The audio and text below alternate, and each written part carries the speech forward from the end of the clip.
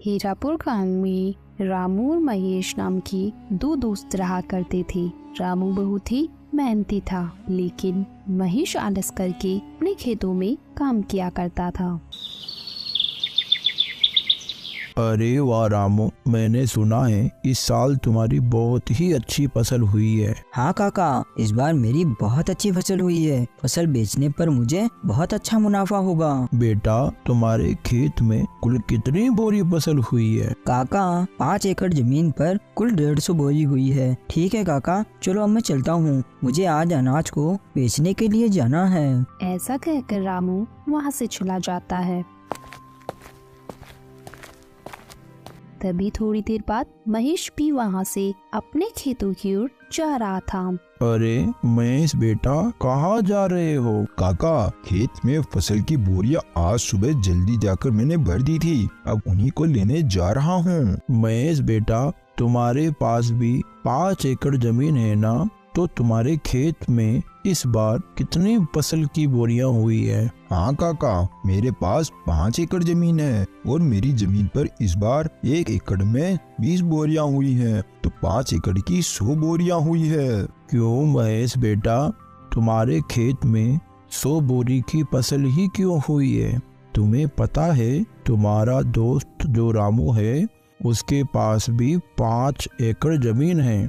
उसकी जमीन पर 150 बोरियों का अनाज हुआ है, जबकि जहां तुम दोनों के खेत है उधर के इलाके की जमीन तो एक जैसी ही है। क्या कहा? मेरे दोस्त रामू के खेत में इस बार 150 बोरियां की फसल हुई है, लेकिन उसने तो मुझे बताया ही नहीं। ठीक है काका, चलो मैं चलता हूँ। फिर शाम को महेश अपनी फसल बेचकर अपने घर लौट जाता है।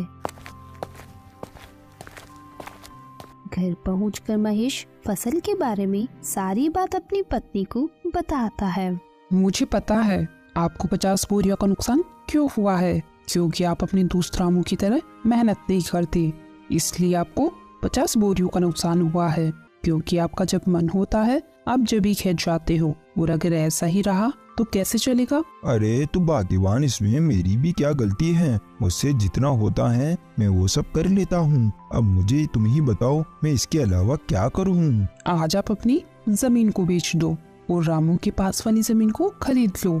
अगर रामू की जमीन 5 एकड़ है तो आप भी पूरी 5 एकड़ जमीन को खरीद लो, और रामू से कहो कि अब अपन दोनों पूरे 10 एकड़ जमीन पर साथ मिलकर काम करेंगे, और जो भी मुनाफा होगा दोनों बराबर बांट लेंगे। हाँ, तुम ये बात बिल्कुल सही कह रही हो। मैं कल ही रामू के पास जाकर इस बारे में बात करूँगा, और मुझे जहाँ तक पता है रामू मेरी इस बात को टालेगा नहीं। फिर अगले दिन सुबह होने पर महेश अपने दोस्त रामू के यहाँ जाता है। और भाई रामू, कैसे हो तुम? महेश भाई, मैं अच्छा हूँ, तुम बताओ, तुम सुबह सुबह यहाँ कैसे आ गए? रामू, अपन दोनों बचपन के बहुत अच्छे दोस्त हैं, तो मैं सोच रहा था कि मेरी जमीन को मैं बेच दूं और तुम्हारी जमीन के पास ही जमीन खरीद लूं, वो भी तुम्हारी जमीन के बराबर, पूरी 5 एकड़। हाँ हाँ महेश भाई, खरीद लो, ये तो बहुत ही अच्छी बात है, मुझे भी मेरा एक अच्छा पड़ोसी मिल जाएगा। लेकिन रामू, अगर तुम्हें ऐतराज ना हो तो अपन दोनों मिलकर तुम्हारी और मेरी जमीन पर खेती करें, क्योंकि दोनों अलग अलग मेहनत करने से अच्छा है दोनों एक जगह ही मेहनत करें, इससे अपन दोनों को अच्छा मुनाफा भी होगा।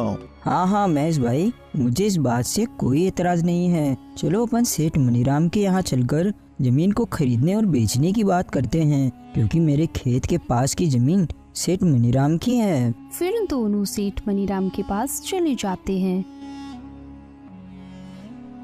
सेठ जी, रामू के पास वाली जो जमीन आपकी है, मुझे उस जमीन को खरीदना है। तो खरीद लो, हमने कब मना किया है, लेकिन जमीन खरीदने के लिए पैसे लेकर आए हो? दरअसल सेठ जी, बात ऐसी है कि मैं अपनी 5 एकड़ जमीन बेचना चाहता हूँ और रामू के पास वाली 5 एकड़ जमीन खरीदना चाहता हूँ। तो खरीद लो, मुझे कोई दिक्कत नहीं है, लेकिन मेरी जमीन के बदले मुझे तुम्हारी जमीन और 5,000 रुपए चाहिए। लेकिन सेठ जी, मेरी जमीन भी तो 5 एकड़ की है और आपकी जमीन भी तो 5 एकड़ की है, तो फिर आप मुझसे 5,000 रुपए और क्यों मांग रहे हो? देखो भाई महेश, जमीन की समय के हिसाब से कीमत होती है। अगर तुम्हें लेनी है तो 5,000 रुपए दे दो, वरना कोई बात नहीं। ठीक है सेठ जी, चलो आप 5,000 रुपए और ले लेना, लेकिन आपकी वो जमीन मुझे दे दो। फिर महेश सेठ मनीराम से उसकी जमीन खरीद लेता है। फिर ऐसे ही कुछ दिन बीतने के बाद सुनो भाई महेश, हमें कल से खेतों में हल चलाना होगा, इसलिए कल सुबह तुम तैयार रहना खेत जाने के लिए। अरे यार, हल चलाने में तो बहुत मेहनत लगती है, बैल के साथ साथ पूरे खेत में चलना पड़ता है। मुझे इस काम से बचने के लिए कोई ना कोई बहाना तो बनाना ही पड़ेगा। अरे सुनो भाई रामू, आज मेरी पत्नी के पिताजी का देहांत हो गया है और मुझे 12 दिन के लिए उनके वहाँ जाना पड़ेगा, और अगर मैं वहाँ नहीं गया तो अच्छा नहीं लगेगा। हाँ महेश भाई, ये बात तो सही है, वो तुम्हारे पिता समान है, तो तुम वहाँ चले जाना, तुम्हारे हिस्से का काम भी मैं ही कर लूँगा, तुम बेफिक्र होके चले जाओ। मुझे तो ऐसा लग रहा था कि तुम इस बात के लिए बिल्कुल नहीं मानोगे, तुम सच में मेरे बहुत अच्छे दोस्त हो। मैं 12 दिन बाद वापस आकर तुम्हारे साथ खेत में बहुत मेहनत करूँगा। फिर थोड़ी देर बाद महेश अपनी पत्नी के साथ उसके ससुराल चला जाता है, और इस बात से रामू बहुत परेशान हो जाता है। सुनो जी, आप इतने परेशान क्यों नजर आ रहे हो? क्या हुआ, क्या बात है? अरे कुछ नहीं, महेश अपनी पत्नी के साथ उसके मायके गया है और खेत में बहुत काम पड़ा है। अरे तो आप परेशान मत होइए, वो जब तक नहीं आते मैं आपके साथ खेत में काम करवा दूंगी। फिर अगले ही दिन से रामू अपनी पत्नी राके के साथ मिलकर खेतों में हल चलाने का काम शुरू कर देता है। फिर कुछ दिन बीतने के बाद रामू महेश के यहाँ जाता है। सुनो भाई महेश, बारिश के दिन चालू हो गए हैं और थोड़ी थोड़ी बारिश भी आने लगी है, तो मैं सोच रहा हूँ अपन दोनों मिलकर बारिश के पानी के जाने के लिए रास्ता बना दें।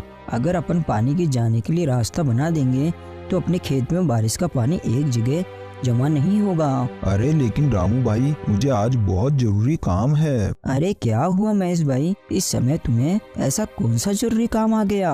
अरे हाँ, मैं तुम्हें बताना तो भूल ही गया था, मुझे तुम्हारी भाभी को लेकर शहर में डॉक्टर के यहाँ जाना है, क्योंकि 2-3 दिन से तुम्हारी भाभी की तबीयत बहुत खराब चल रही है। ठीक है महेश, तुम चले जाना, मैं यहाँ का सारा कामकाज देख लूँगा। फिर महेश अपने मन में सोचता है, अरे वाह, ये तो मेरी इतनी जल्दी ही बात मान गया, मेरे हिस्से का काम भी करने के लिए तैयार हो गया। दोनों मिलकर खेतीबाड़ी करेंगे, ये तरकीब मेरी बिल्कुल सही रही, नहीं तो मुझे अकेले ही खेत में इतना सारा काम करना पड़ता। क्या सोच रहे हो महेश भाई, तुम चिंता मत करो, मैंने कहा ना मैं यहाँ का सारा कामकाज देख लूँगा, तुम निश्चिंत होके भाभी को डॉक्टर को दिखा लाओ। वही तो मैं सोच रहा हूँ कि सारे कामकाज तुम्हारे ऊपर छोड़कर शहर जाना मुझे बिल्कुल अच्छा नहीं लग रहा, मगर क्या करूँ, जाना तो पड़ेगा ही। फिर महेश अपनी पत्नी को लेकर शहर चला जाता है, और दूसरी ओर रामू बारिश में भीगता हुआ अपने खेत में बारिश के पानी को जाने के लिए रास्ता बनाने लगता है।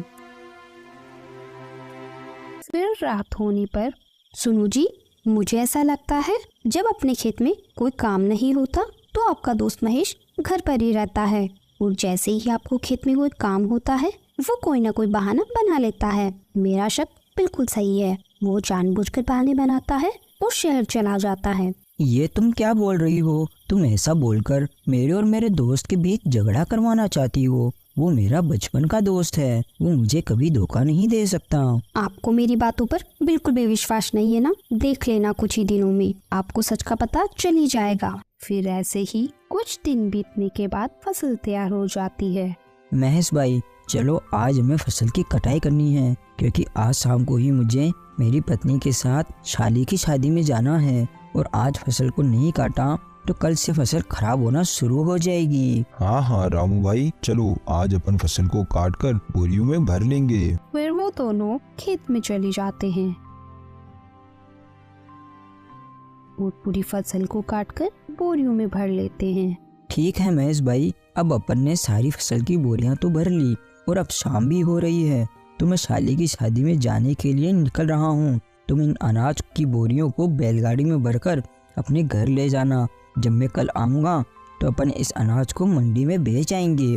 अरे भाई तुम चिंता मत करो, जब मुझे काम था तो सारा काम तुमने अकेले ही किया था, और अब तुम्हें काम है तो मैं सारा काम अकेले ही कर लूँगा। तुम इस बात की बिल्कुल भी चिंता मत करो, मैं इन बोरियों को बैलगाड़ी में भरकर घर ले जाऊंगा। फिर महेश सारी फसल को बैलगाड़ी में भरकर घर ले आता है। सारी फसल को यहाँ क्यों लेकर आए हो? मंडी में बेचकर क्यों नहीं आए? वो क्या है ना, रामू उसकी साली की शादी में गया है और वो कल सुबह तक लौटेगा। उसके आने के बाद ही हम इन बोरियों को मंडी में बेच आएंगे। चलो ये तो अच्छा है कि सारी बोरियां आप यहाँ लेकर आए हो। मेरे पास एक तरकीब है। बताओ बताओ क्या तरकीब है, और यहाँ फसल को लाना क्यों सही है? देखिए, आपका दोस्त कल सुबह तक नहीं आने वाला, और इतने में अपन इन सारी बोरियों को अपने घर के पीछे वाले कमरे में रख दे तो सारी फसल का पैसा केवल अपना होगा। हाँ ये बात तो तुम बिल्कुल सही कह रही हो, लेकिन अपन रामू को क्या बोलेंगे कि सारी फसल कहाँ गई? अरे इस बात की आप चिंता मत करो। कल सुबह जब आपका दोस्त फसल लेने के लिए आएगा तो बोल देना कि सारी बोरियां घर के बाहर ही रखी थी और पता नहीं यहाँ से कौन चुरा कर ले गया। बस इतना ही बोल देना। इसमें आपका दोस्त क्या ही कर पाएगा, वो कुछ नहीं बोलेगा। अरे वाह भाग्यवान, तुम कितनी अक्लमंद हो, तुम्हारा कितना दिमाग चलता है। मैं तो केवल खेत में काम करने से ही बच रहा था और तुमने तो सारी फसल को ही अपना बना लिया। वाह भाग्यवान वाह। आप इस काम में बिल्कुल भी देरी मत कीजिए। आप सारी बोरियों को बैलगाड़ी से उतारकर घर के बाहर ही रख दीजिए, ताकि गांव वाले भी देख सके कि बोरियां आपने घर के बाहर रखी है। फिर रात होने पर अपन दोनों मिलकर बोरियों को छुपा देंगे। फिर रात होने पर दोनों पति पत्नी मिलकर सारी बोरियों को घर के पीछे वाले कमरे में छुपा देते हैं। फिर अगले दिन सुबह होने पर रामू महेश के यहाँ आता है। अरे महेश भाई, तुमने सारी बोरियां कहाँ पर रखी है? चलो आज अपन उनको मंडी में बेच आते हैं। हाँ हाँ रामू भाई चलो। फिर वो दोनों घर के बाहर जाते हैं। अरे बाप रे, मैंने अनाज की सारी बोरियां तो यहीं रखी थी, कहाँ गई बोरियां? अरे महेश भाई, तुम ये क्या बोल रहे हो? कहाँ पर है सारी बोरियां? मुझे नहीं पता, मैंने सारी बोरियां कल शाम को यहीं लाकर रखी थी। मैंने सोचा था कि यहीं से सारी बोरियां उठाकर अपन मंडी में बेच आएंगे, लेकिन अब क्या करेंगे, अपनी सारी बोरियां तो चोरी हो गई। क्या अपनी सारी अनाज की बोरियां चोरी हो गई? हाँ, ये चोरों का ही काम है, नहीं तो यहाँ पर रखी हुई बोरियां भला कौन लेकर जाएगा? महेश भाई, तुमने ये क्या किया? पूरे 6 महीने की मेहनत को तुमने चोरों के हाथों में सौंप दिया। मुझे तुमसे ये उम्मीद नहीं थी। अरे रामू भाई, ये तुम क्या बोल रहे हो? तुम तो ऐसे बोल रहे हो जैसे उस फसल में तुम्हारा अकेले का ही हिस्सा था और मैंने चोरों को जानबूझकर वो बोरियां जिसे हाथ में दे दी हो। उस फसल में मेरा भी तो हिस्सा था, नुकसान मेरा भी तो हुआ है। हाँ, ये बात भी बिल्कुल सही है। चोर अपन दोनों का ही हिस्सा लेकर गए हैं। अपन दोनों को ही बहुत बड़ा भारी नुकसान हुआ है। चलो ठीक है, अब मैं अपने घर चलता हूँ। ऐसा कहकर रामू वहाँ से अपने घर चला जाता है और जाकर चुपचाप बैठ जाता है। क्या हुआ जी, आप इतने उदास क्यों नजर आ रहे हो? क्या बताऊँ मैं तुम्हें। फिर रामू अपनी पत्नी को सारी बात बता देता है। अरे तो कोई बात नहीं, आप चिंता मत कीजिए। अभी खेत में काम करने के लिए काफी समय है। जब तक आप अपने घर के बाहर वाले आंगन में सब्जियां लगाकर उन्हें बेचने का काम चालू कर दो। हाँ, तुम ये बात बिल्कुल सही कह रही हो। मैं कब तक ऐसे ही हाथ पे हाथ धरा बैठा रहूंगा? घर बैठे रहने से कौन सा मुझे बैठे बैठे पैसा मिल जाएगा। फिर रामू सब्जियां लगाने के लिए अपने घर के बाहर के आंगन में खुदाई करने लगता है। तभी खुदाई करते करते उसे एक मटका दिखाई देता है। अरे ये तो सोने चांदी से भरा हुआ मटका है। ये तो मेरा अच्छा भाग्य है।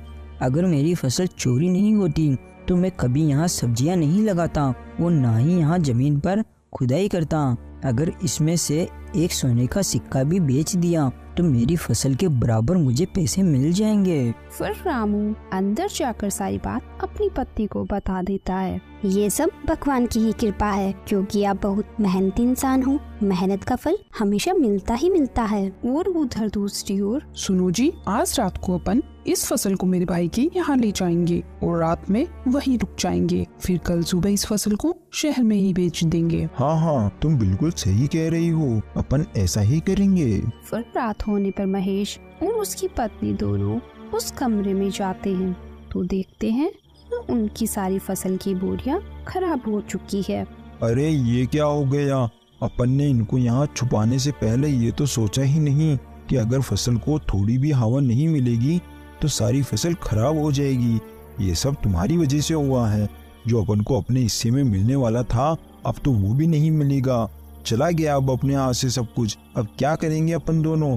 हमारा सब बर्बाद हो गया अब। तो दोस्तों, हमें इस कहानी से यही सीख मिलती है कि हमें कभी भी किसी के साथ बुरा नहीं करना चाहिए, क्योंकि बुरा करने वालों के साथ बुरा ही होता है। वो रामू बहुत ही मेहनती आदमी था तो उसे उसकी मेहनत का फल मिल ही गया। Thanks for watching.